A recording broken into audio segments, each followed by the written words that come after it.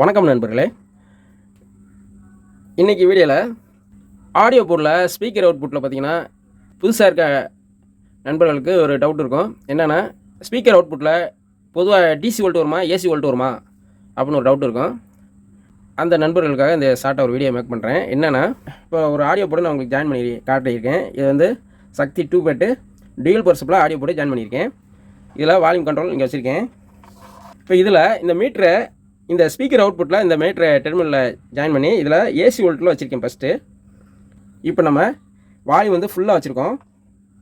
இப்போ நான் உங்களுக்கு இந்த இடத்துல நான் இந்த சிக்னல் இன்புட்டு இந்த நடுப்பில் ஆடியோ போர்டுக்கு இன்புட் கொடுப்போம்ல, அதோட சிக்னலில் சின்ன வயர் எடுத்துக்கிட்டு இருக்கேன். இதில் உங்களுக்கு செக் பண்ணி காட்டுறேன் பாருங்கள். ஆடியோ மட்டும் இப்படி கையில் பிடிச்சி காட்டுறேன். இந்த மீட்டரில் பாருங்கள் வோல்ட் எத்தனை வோல்ட் வெளியே வருதுன்னு பாருங்கள். இப்போ நான் ஆன் பண்ணிட்டேன். இப்போ சிக்னல் கையில் வைக்கிறேன். பாருங்க, இப்போ வைக்கிறேன். 32.6 வோல்ட்டு ஏசி வோல்ட்டு வருது. இப்போ நம்ம இதை டிசி வோல்ட்டில் செலக்ட் பண்ணி வைப்போம். இப்போ டிசி 200 வோல்ட்டில் நான் வச்சுருக்கேன். இப்போ சிக்னல் செக் பண்ணி பார்க்கலாம்.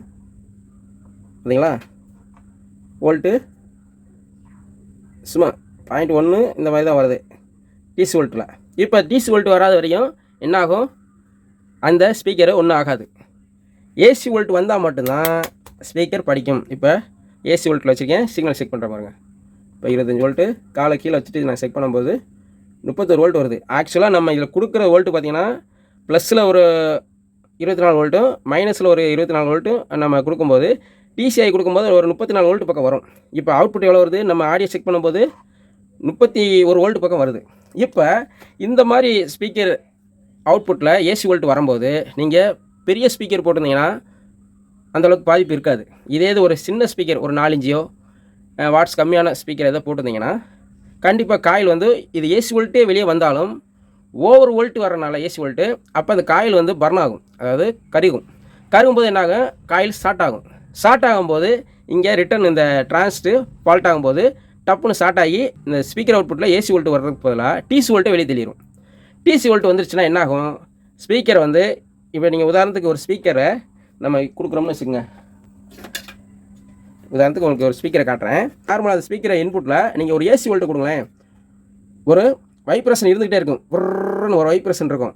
ஆனால் அதே இது ஒரு டிசி வோல்ட்டை கொடுங்க, வைப்ரேஷனில் இருக்காது, டக்குன்னு எந்திரிச்சு அப்படியே நிற்கும்.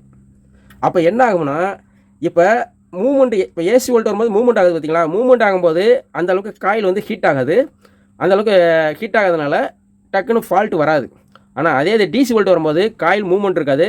அப்போ மூவ்மெண்ட் இல்லைனாவே இந்த காயில் இருக்குது பார்த்தீங்களா, இந்த காயில் வந்து இந்த மேக்னெட்டுக்கும் இந்த காயிலுக்கும் இடையில அந்த காயில் அப்படியே நிற்கும் போது ஒரு காயில் வந்து கொதிக்க ஆரம்பிச்சிடும். கொதிக்க ஆரம்பிச்சோன்னா அப்படியே அந்த காயில் கருகி போயிடும். அதைத்தான் நம்ம ஸ்பீக்கர் அவுட்புட்டில் டிசி வோல்ட் வந்தால் ஸ்பீக்கர் காயில் போகிறதுன்னு சொல்கிறோம். அதை தடுக்கிறதுக்கு தான் நம்ம வந்து ஸ்பீக்கர் ப்ரொடெக்ஷன் இதெல்லாம் நம்ம யூஸ் பண்ணுறோம். ஸ்பீக்கர் ப்ரொடெக்ஷனை பொறுத்தளவுக்கு ஏசி வோல்ட் வரும்போது எந்த பிரச்சனையும் பண்ணாது, அது வாட்டுக்கு ஃபங்க்ஷன் ஆகிட்டே இருக்கும். டிசி வோல்ட் வந்துருச்சுனாவே டக்குன்னு ப்ரொடெக்ஷன் பண்ணி ஸ்பீக்கரை காப்பாற்றுறதுக்கு முயற்சி பண்ணும். அதுதான் ஸ்பீக்கர் ப்ரொடெக்ஷனோட வேலை. இப்போ உங்களுக்கு தெரிஞ்சிருக்குன்னு நினைக்கிறேன். ஸ்பீக்கர் அவுட்புட்டில் எப்போயுமே சிக்னல் வந்து ஏசி வோல்ட் சிக்னல் தான் வரும். அப்படின்னா தான் பாட்டே நம்மளுக்கு கேட்கும். டிசி வோல்ட் வந்துச்சுன்னா பாட்டு கேட்காது, டக்குன்னு ஸ்பீக்கர் காயில் பர்ன் ஆயிரும், அதாவது புகஞ்சு போயிடும். இப்போ உங்களுக்கு புரிஞ்சிருக்கா? அவ்வளோதான். இது உங்களுக்கு ஷார்ட்டாக உங்களுக்கு சொல்ல நினச்சேன், ஒரு வீடியோ மேக் பண்ணியிருக்கேன். இது புதுசாக கற்றுக்கிற நண்பர்கள் இதை தெரிஞ்சுக்கணும்.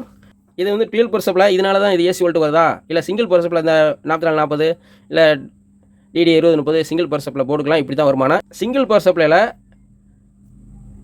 லைட்டாக பார்த்தீங்கன்னா டிசி வோல்ட்டு வெளியே வரும் ஸ்பீக்கர் அவுட்புட்டில். அந்த டிசி வோல்ட்டை வந்து அவங்க ஃபில்டர் பண்ணி ஏசி வோல்ட்டை கன்வெர்ட் பண்ணி கொடுக்குறதுக்கு தான் ஸ்பீக்கர் அவுட்புட்டில் எப்போயுமே அவங்க ஒரு, இப்போ நான் காண்ற பாருங்க, இந்த மாதிரி கண்டென்சர் போட்டிருப்பாங்க. இந்த கண்டென்சரை நீங்கள் போடாமல் நீங்கள் சிங்கிள் பர்சப்பில் போட நீங்கள் யூஸ் பண்ணிங்கன்னா டிசி வோல்ட்டு வெளியே வரும். அப்போ இதனால் பார்த்தீங்கன்னா நீங்கள் ஒரு 12 வோல்ட் ஃபங்க்ஷன் பண்ணுற ஆடியோ போடுனா ஹம்மிங் பிரச்சனை இருக்கும்.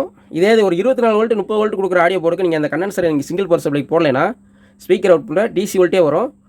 அப்படிங்கும்போது உங்களுக்கு வந்து ஹம்மிங்கோடு சேர்ந்து ஸ்பீக்கரும் ஃபால்ட் ஆக வாய்ப்பு இருக்குது. உங்களுக்கு தெரிஞ்சுக்குங்க. இது சிங்கிள் பர்சப்பில் டியூல் பர்சப்பில் ஆடியோ போர்டுக்கு எதுக்கு கண்டென்சர் போட்டிருக்காங்க போடலைங்கிறது ஒரு வீடியோ ஒன்று ஆல்ரெடி போட்டிருக்கேன். அது புதுசாக இருக்க நண்பர்கள் தேவைன்னா அந்த வீடியோ வந்து நம்ம ப்ளேலிஸ்ட்டில் இருக்கும், பார்த்துக்குங்க. அவ்வளோதான் நண்பர்களே. மீண்டும் அடுத்த வீடியோவில் சந்திப்போம். நன்றி, வணக்கம்.